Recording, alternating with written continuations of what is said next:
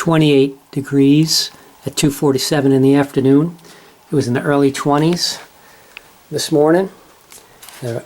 A snowstorm last night. Electricity went out. House got really cold. It was about 55 degrees in here not too long ago. But I have passive solar. So this greenhouse slash winter garden faces south. In the northern hemisphere, the sun rides in the southern sky all afternoon. Note that one wall isn't even finished yet. It's just plastic greenhouse material. So that sun coming in through here after about 1 o'clock in the afternoon heated this thing up to close to 70 degrees.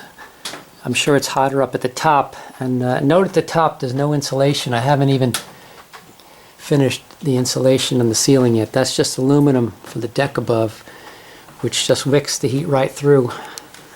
Down on the floor, I know cold air drops, so it's going to be the coldest down there. We're getting 62 degrees.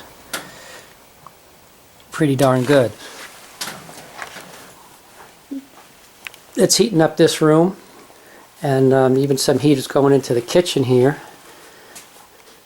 We got about 63 degrees in my kitchen, my staircase right now. So this passive solar heating is great for daytime when it's this cold.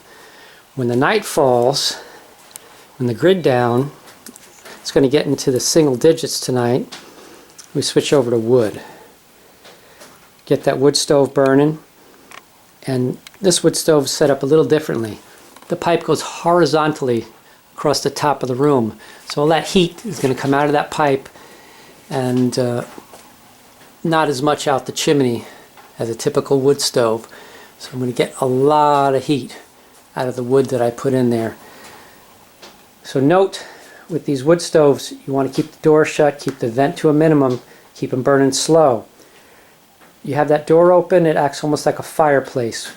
And all that does is suck cold air in from every crack around every window and every door.